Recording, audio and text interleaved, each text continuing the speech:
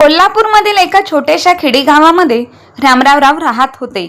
ते खानदानी शेतकरी होते. रामरावांची बायको सुनंदाताई त्यांना नेहमी शेतामध्ये प्रत्येक कामामध्ये मदत करत होती. आज सकाळी सकाळी रामराव लवकर उठले, कारण त्यांना शेतीमध्ये नांगरणी करण्यासाठी जायचं होतं.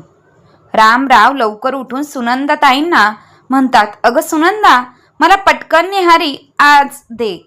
आज न्याहारी करून पटकन शेतामध्ये नांगरणी करण्यासाठी जायचं आहे. सुनंदाताई म्हणाल्या, हो, मी पटकन स्वयंपाक बनवते. तितक्यात गावातील सरपंच आणि काही माणसे रामराव यांच्या घरी आली. सरपंचांसोबत काही माणसे आली होती. ती सरकारची माणसे होती. तेव्हा सरपंचांनी आणि त्या माणसांनी रामराव यांना सांगितले की, रामराव, तुमची ती माळ रानाची पडीक जमीन पडली आहे. ती पडीक जमीन आता सरकार घेणार आहे आणि त्यावरती काहीतरी प्रकल्प तयार करणार आहे, परंतु त्या बदल्यात तुम्हाला करोडो रुपये मिळणार आहे. तसं पाहिलं तर रामराव यांना 9-10 एकर जमीन होती. त्यातील 5-6 एकर जमीन बागायती होती, तर 4 एकर जमीन पडीकच होती.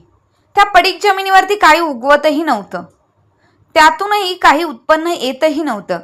त्यामुळे रामराव यांनी आणि सुनंदाताई यांनी देखील पटकन ह्या सगळ्या गोष्टींना होकार दिला आणि 1 महिन्याच्या आतच सरकारने रामराव यांच्या खात्यामध्ये पैसे पाठवून दिले. आता रामराव आणि सुनंदाताईंना खूप आनंद झाला होता, कारण संपूर्ण आयुष्य कष्ट करून देखील त्यांना करोडो रुपये कधीच मिळालेले नव्हते. सुनंदाताईंनी आणि रामराव यांनी विचार केला की आपण एवढे कष्ट करून आपल्या मुलाला शिकवलं आहे, परंतु त्याला देखील जास्त पगाराची नोकरी नाही. त्यामुळे तो स्वतःचं घर शहरामध्ये घेऊ शकत नाही आणि भाड्याच्या घरामध्ये तो असे किती दिवस राहील. स्वतःचं हक्काचं घर हे एकतरी घर असावं, म्हणून रामराव यांनी आणि सुनंदाताईंनी त्या मिळालेल्या करोडो रुपयांमध्ये कुठेतरी गुंतवण्याचा विचार केला. आपल्या मुलाला घर घेऊन देण्याचा विचार केला. दुसऱ्याच दिवशी रामराव म्हणाले, अगं सुनंदा, आपण पुण्याला जाऊ आणि आपल्या राहुलला आणि सुनबाईला ही आनंदाची बातमी सांगू. आम्ही तुमच्यासाठी आता फ्लॅट खरेदी करत आहोत. रामराव आणि सुनंदाताई सकाळच्याच गाडीने पुण्याला जाण्यासाठी निघाले. पुण्याला पोहोचताच पहिल्या 2-3 दिवस सुनबाई आणि मुलांनी त्यांना खूप चांगल्या प्रकारे त्यांचा पाहुणचार केला. परंतु जेव्हा 3रा दिवस उजडला तेव्हा मुलाने आणि सुनेने घरामध्ये भांडण करायला सुरुवात केली, कारण त्यांना असं वाटत होतं की आई बाबा आता कायमस्वरूपीच त्यांच्याकडे राहायला पुण्याला आलेले आहेत. त्यांच्या मुलाने आणि सुनेने त्यांचा भरपूर असा अपमान केला आणि त्यांना घरातून हकलवूनही दिलं.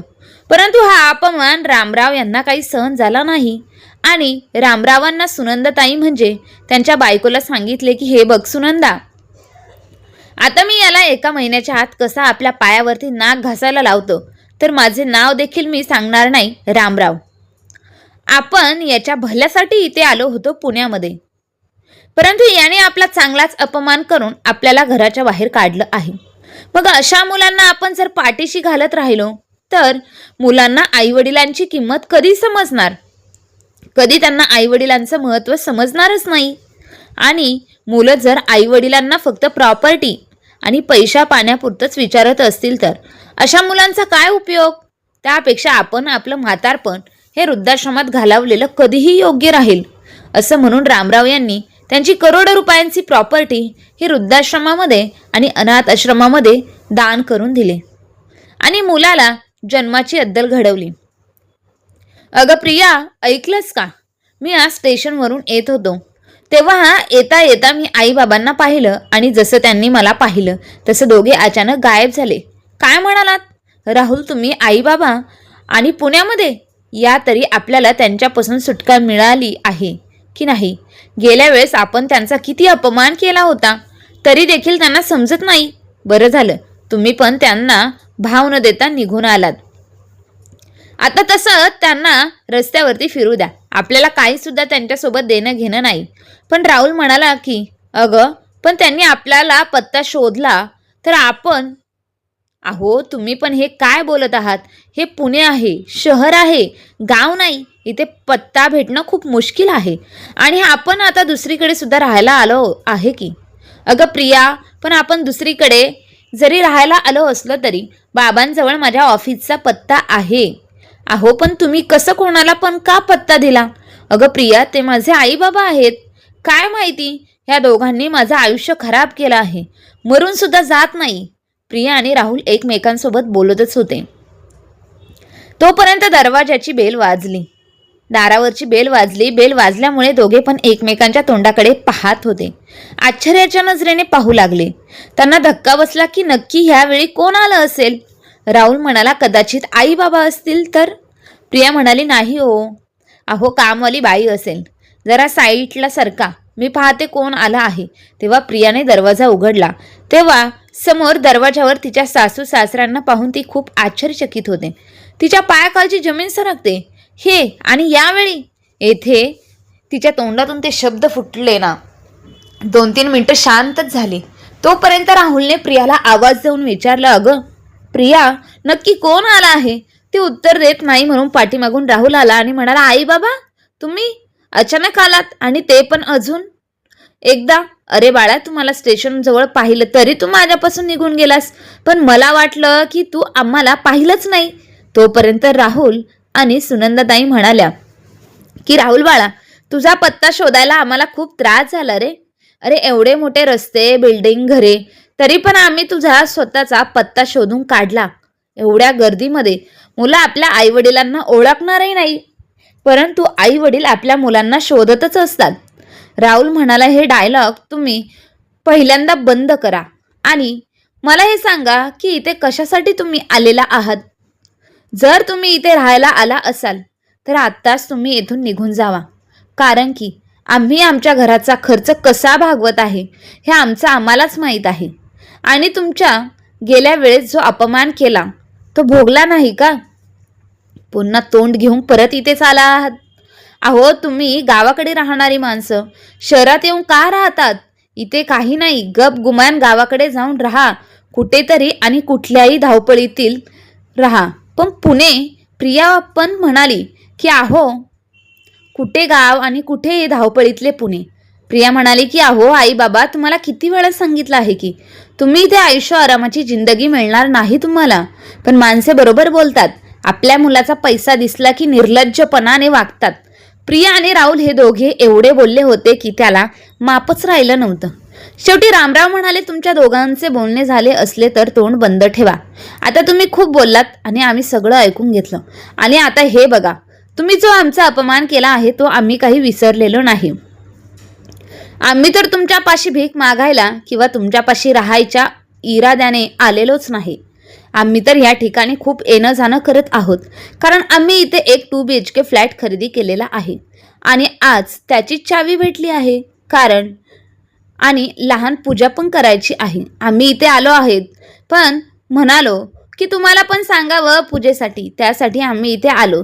तुम्हीच आम्हाला म्हणाला होतात ना की तुमची लायकी शहरात राहायची नाही, त्यामुळे आमची लायकी काय आहे हे तुम्हाला दाखवायचं होतं. तर मग माझ्या मुलाला आणि सुनबाईला उद्याला पूजेसाठी आमच्या घरी गृहपूजा आहे, त्यासाठी तुम्ही दोघांनी यावे असं वाटत आहे. राहुल म्हणाला, काय म्हणालात बाबा? नवीन फ्लॅट आणि तुम्ही विकत घेतला? अहो तुम्हाला काय वाटलं मला तुमच्या पैशांच्या बाबतीत काहीच माहीत नाही का? तुमच्याकडे काही पैसे नाहीत तरी पण तुम्ही काय बोलत आहात? इथे पुण्यामध्ये 1 BHK फ्लॅट सुद्धा 30 लाख रुपयांच्या पुढेच आहे. मग तुम्ही 2 BHK फ्लॅट घ्यायला म्हणल्यावर किती पैसे लागतील याचा विचार करा. आणि एवढे पैसे तुमच्याकडे आहेत तरी कुठे? त्यामुळे आम्हाला वेडं बनवू नका. तुम्ही आमच्याजवळ राहण्याच्या इराद्यानेच इथे आलेले आहात. पण एक तर आम्ही तुम्हाला घरात पाऊल सुद्धा ठेवू देणार नाही असं म्हटल्यावर तुम्ही दुसरी कहाणी सांगायला लागलात का? रामराव म्हणाले की राहुल, तुला जे समजायचं आहे तू समज. मला काहीच फरक पडत नाही याने. हा जर तुला पूजेला येऊ वाटत असेल तर ये. हा घे घराचा पत्ता आणि येथून थोड्या अंतरावरच आहे आणि तू येऊ शकतोस. तो पत्ता त्याच्या मुलाच्या हातावर ठेवून रामराव आणि सुनंदाताई तेथून निघून गेल्या. आणि दोघेही गेल्यावरती प्रिया राहुलला म्हणते की अहो हे काय बोलत आहेत म्हातारे? त्यांनी खरंच इथे फ्लॅट खरेदी केला असेल का? खरंच त्यांनी इथं फ्लॅट घेतला असेल तर म्हणजे त्यांच्याकडे भरपूर पैसा होता. जर गावाकडील घर जरी विकले तरी त्यांच्याकडे एवढे पैसे येणार नाहीत. अगं प्रिया, तू पण काय बोलत बसली आहेस? हा जो पत्ता आहे तो सुद्धा दुसऱ्याच कोणाचा तरी असेल तर? जर तुला विश्वास बसत नसेल तर उद्या आपण त्या पत्त्यावर जाऊ आणि मग तू तुझ्या डोळ्यांनी बघ. मग दुसऱ्याच दिवशी प्रिया आणि राहुल दोघेही रामरावांनी सांगितलेल्या पत्त्यावरती पोहोचतात. तिथे जाऊन पाहतात की त्यांची सजावट खूप छान केली होती आणि तिथे बाहेर रामराव आणि सुनंदाताई निवास असे वाचल्यावर त्या दोघांच्या पायाखालची जमीन सरकते. प्रिया म्हणाली की अहो, या नेम प्लेटवर तर सासूबाईंचं आणि सासरेबुवांचं नाव आहे. खरंच हा फ्लॅट त्यांचाच आहे मग? अगं प्रिया, मी पण तोच विचार करतोय की ही सोसायटी पाहिली आहे का तू? कमीत कमी इथला फ्लॅट घेण्यासाठी 1 करोड रुपये तरी पाहिजे आणि इथलं सगळं किती पॉशमध्ये आहे. मी विचार करतोय यांच्याकडे एवढे पैसे कुठून आले असतील. आणि मी तर विचार करतच आहे की हे तर आपल्याकडे भीक मागायला आले आहे. नंतर दोघे पण आतमध्ये गेले. त्या दोघांना पाहून रामराव हसत म्हणाले की अरे या या सुनंदा, यांना प्रसाद दे. राहुल म्हणाला की बाबा, हा खरंच तुम्ही फ्लॅट खरेदी केला आहे का? पण कसे? आपल्या गावाकडचं घर विकून पण एवढे पैसे येणार नाहीत. अरे राहुल, आपल्या गावाकडचं घर नाही ते, पिढ्यानपिढ्या आलेल्या माणसांची आठवण आहे. गावाकडील गोष्ट वेगळी असते. आम्ही तर फक्त तुम्हा दोघांना दाखवण्यासाठी हे घर घेतलं आहे. तू त्या दिवशी आम्हाला घरातून हाकलवून दिलं आणि आम्हाला म्हणाला होतास ना की तुमच्या दोघांची पुण्यामध्ये घर घेण्याची लायकी नाही आणि त्यामध्ये राहण्याची अजिबातच लायकी नाही. पण आज बघ, आमच्याकडे एकदम मस्त एक फ्लॅट आहे आणि आम्हाला हे सुद्धा पाहायचं होतं की शहराच्या हवेमध्ये असं काय आहे की माणूस शहरात आल्यावर बदलतो. अरे गावातलं घर आणि शहरातलं घर यामध्ये जमीन आसमानाचा फरक आहे. आम्ही गावातले घर विकून शहरात घर घेणे हे शक्यच नाही. बघ राहुल म्हणाला की तुमच्याकडे एवढे पैसे कुठून आले? जर तुम्हाला शहर पसंत नाही तर मग तुम्ही हा फ्लॅट का घेतला आहे बाबा? म्हणजे बाबा तुम्ही 2 BHK यासाठी घेतला आहे की आपण सगळे एकत्र राहावं? हा बाबा, ते घर तर छोटं होतं, त्यामुळे तुम्हाला ठेवण्यासाठी आम्हाला तिथे प्रॉब्लेम होत होता. आम्हाला प्रत्येक क्षणी तुमची आठवण येत होती. प्रत्येक वेळी आम्ही तुमची आठवण काढत होतो.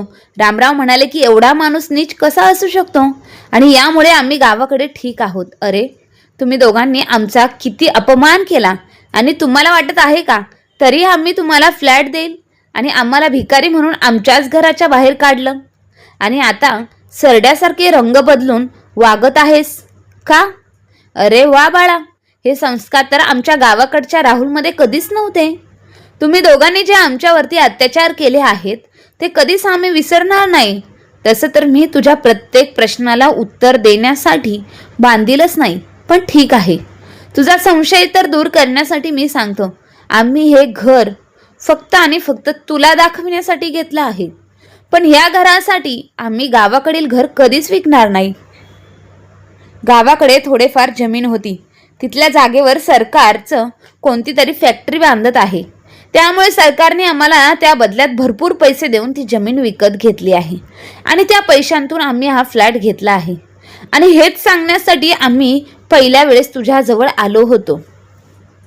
पण तुमच्या दोघांचा आमच्या दोघांबद्दलचा असणारा व्यवहार पाहून मला सांगायचं मनच झालं नाही. अजून मला आठवत आहे की काही महिन्यांपूर्वी आई बाबा, तुम्ही किती दिवसांसाठी आला आहात, कारण तिकीट पहिल्यांदाच करावं लागतं, नंतर भेटत नाही. रामराव म्हणाले की राहुल बाळा, आता गावाकडचे आमचं कसं कोणीच नाही आणि त्यामुळे विचार केला आहे की म्हातारपणात तुझ्यापाशीच राहावं. घर छोटं आहे पण आम्हाला काहीच प्रॉब्लेम नाही. रामराव बोलतच होते तोपर्यंत राहुल त्यांच्यावर रागवून म्हणाला की बाबा तुम्हाला माहीत आहे ना, घर छोटं आहे पण गर्दी का करत आहात? मी पाहत आहे तुम्ही दोघं आल्यापासून इथे तंबू ठोकून राहिल्यासारखे बसले आहात. वाटलंच की तुम्ही आता इथे कायमचंच राहण्यासाठी आला असाल, म्हणूनच मी तुम्हाला मुद्दाम विचारलं की तिकीट कधी काढायचे आहेत. तुमची सून बरोबर बोलत आहे की तुम्हाला गावापेक्षा इथे खूप आराम मिळतो ना, त्यामुळे तुम्ही लोक सोकवलेले आहात इथे राहण्यासाठी. बाबा, मी 2 दिवसांचा वेळ देतो. तुम्ही लवकरात लवकर गावाकडे निघून जावा. आम्हाला प्रॉब्लेम होत आहे. आम्ही तुम्हा दोघांची असल्या घरात राहण्याची ऐपतही नाही. आपल्या मुलाचे हे बोलणे ऐकून रामराव आणि सुनंदाताईंना खूप वाईट वाटलं होतं. रामराव यांचा अपमान सहन करू शकले नाहीत. पण तिकीट 5 दिवसानंतर मिळाल्याने त्यांचा मुलगा म्हणाला की हे बघा बाबा, आता हे फक्त 5 दिवस आम्ही तुम्हाला सांभाळत आहोत. त्यामुळे इथून पुढे कृपया करून आम्हाला त्रास देण्यासाठी परत कधीही इकडे पुण्यामध्ये येऊ नका. त्यांची सून पण त्यांचा अपमान करायची. एके दिवशी सुनंदाताई प्रियाला म्हणाले की प्रिया, आज माझी तब्येत खराब आहे. तू जेवण बनवतेस का? होय. आता तुम्ही काम करून दमला असाल तर आता तुम्ही इथून निघून जाणार आहात म्हटल्यावर काम कसं करू वाटणार तुम्हाला? सासूबाई, तुम्ही याच्या आधी सगळं काही काम करत होत्या, पण आता तुमचा मुलगा इथं तुम्हाला राहू देत नाही म्हटल्यावर कसा पळ काढताय? सुनंदाताई म्हणाल्या की सुनबाई, असं काही नाही ग, खरंच माझी तब्येत खूप खराब झाली आहे. असं म्हणत सुनंदाताई खाली आल्या आणि चक्कर येऊन पडल्या. चक्कर आल्यानंतर नवऱ्याला आवाज देते प्रिया. तिथे रामराव आणि राहुल दोघे पण पळत येतात. आपल्या बायकोची हालत पाहून रामराव थक्क होऊन जातात. रामराव त्यांच्या मुलाला म्हणतात की अरे बघत काय बसला आहेस, ॲम्ब्युलन्सला फोन कर. अहो बाबा, आई फक्त बेशुद्ध पडली आहे. तिच्या तोंडावर पाणी मारा, ती लगेच शुद्धीवर येईल. विनाकारण हॉस्पिटलला नेण्यासाठी वेळ कशामुळे करत आहात आणि ॲम्ब्युलन्सला आणत आहात? आणि तुम्ही जर का असं म्हणून राहुलला आपल्या आईच्या तोंडावर पाणी मारू लागला. तरी पण सुनंदाताई काही हालचाल करत नव्हत्या. रामराव म्हणाले की बाळा खरंच ॲम्ब्युलन्सला फोन कर, मला खूप भीती वाटत आहे. अहो बाबा, तुम्हाला माहीत नाही इथे दवाखाने किती महागडे आहेत, किती लुटतात, किती खर्च घेतात आणि किती पैसे घेतात. आई तर ठीक होईल, पण माझा खर्च किती जाईल? असं म्हटल्यावर मी मात्र कंगाल होऊन जाईल. असं म्हटल्यावर रामराव राहुलकडे एकटक नजरेने पाहू लागले. रामरावांनी सुनंदाताईंना उचलून घेतले आणि बाहेर निघून गेले. राहुल फक्त त्यांना जाताना पाहत होता. त्यांची सून प्रिया म्हणाले की निघाले असे आहेत की जसे त्यांची कुठे करोडो रुपयांची संपत्ती आहे आणि कसला इलाज करताय. सकाळपासून संध्याकाळपर्यंत झाली तरी पण ते काय अजून आले नाही. रामरावांच्या बाबतीत काही चौकशी केली नाही. रात्र झाल्यावर राहुल आणि प्रिया झोपले.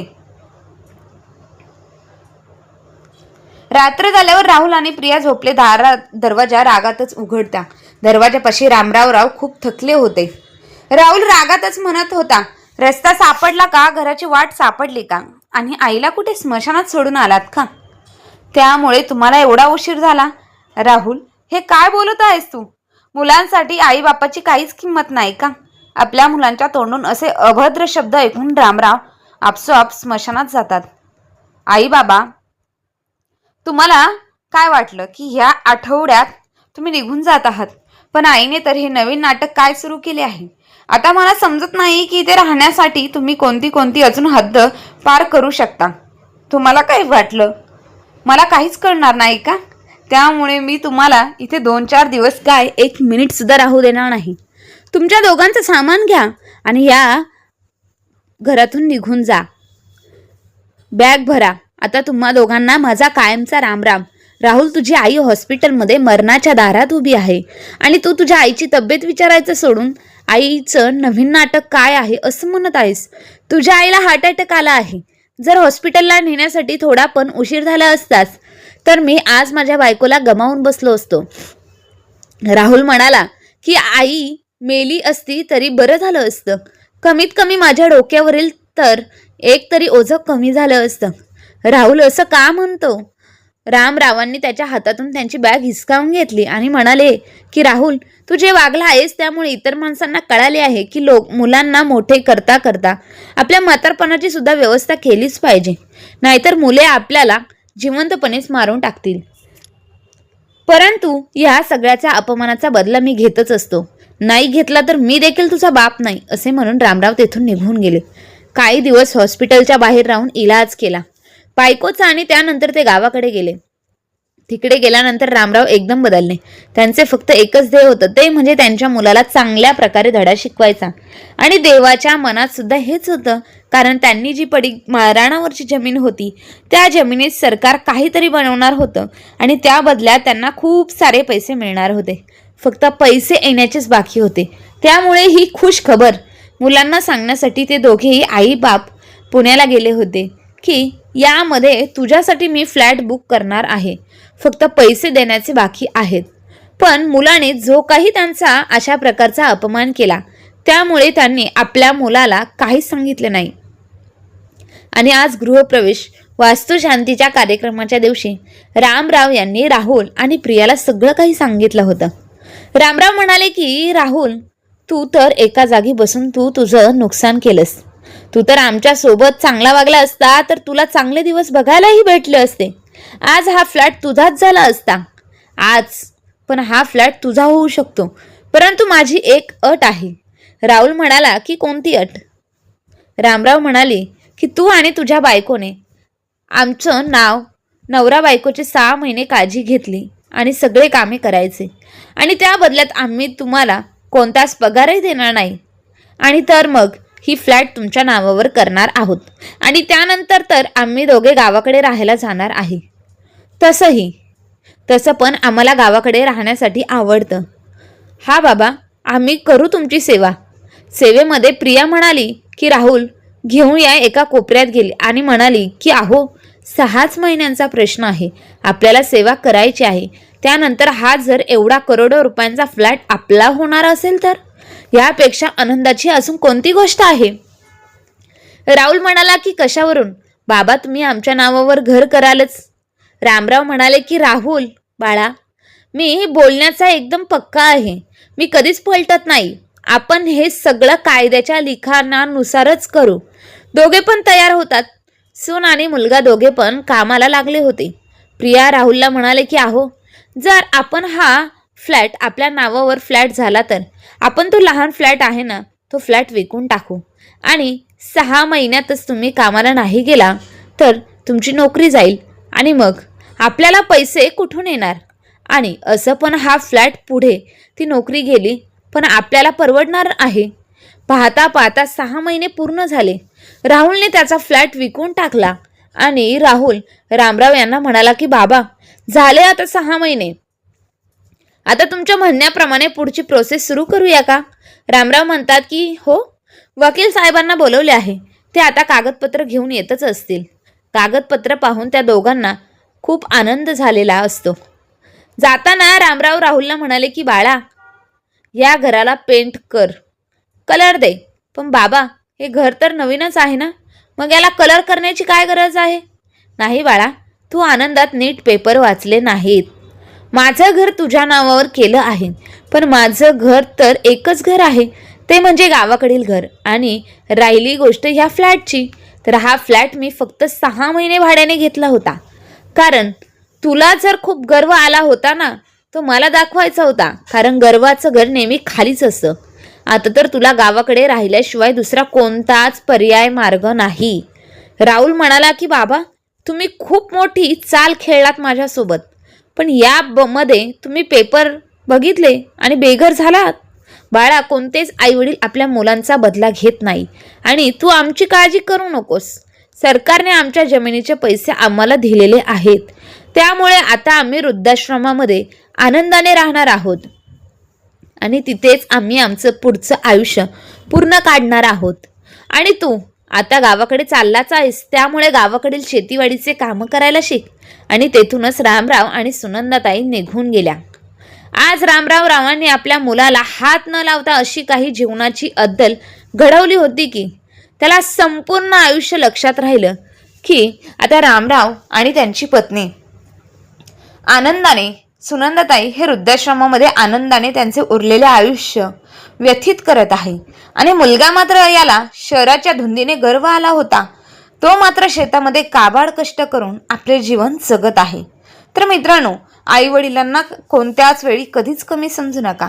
रामरावांनी आणि त्यांच्या बायकोने करोडो रुपयांची प्रॉपर्टी होती, जी सरकारकडून मिळालेली होती ती वृद्धाश्रमाला आणि अनाथ आश्रमाला दान करून दिली आणि मुलाला गावाकडची शेती करण्यासाठी गावाकडे पाठवले. त्यांनी त्याला चांगलीच अद्दल घडवली. मित्रांनो, आजची कथा तुम्हाला आवडली असल्यास चॅनलला लाईक, शेअर, सबस्क्राईब नक्की करा.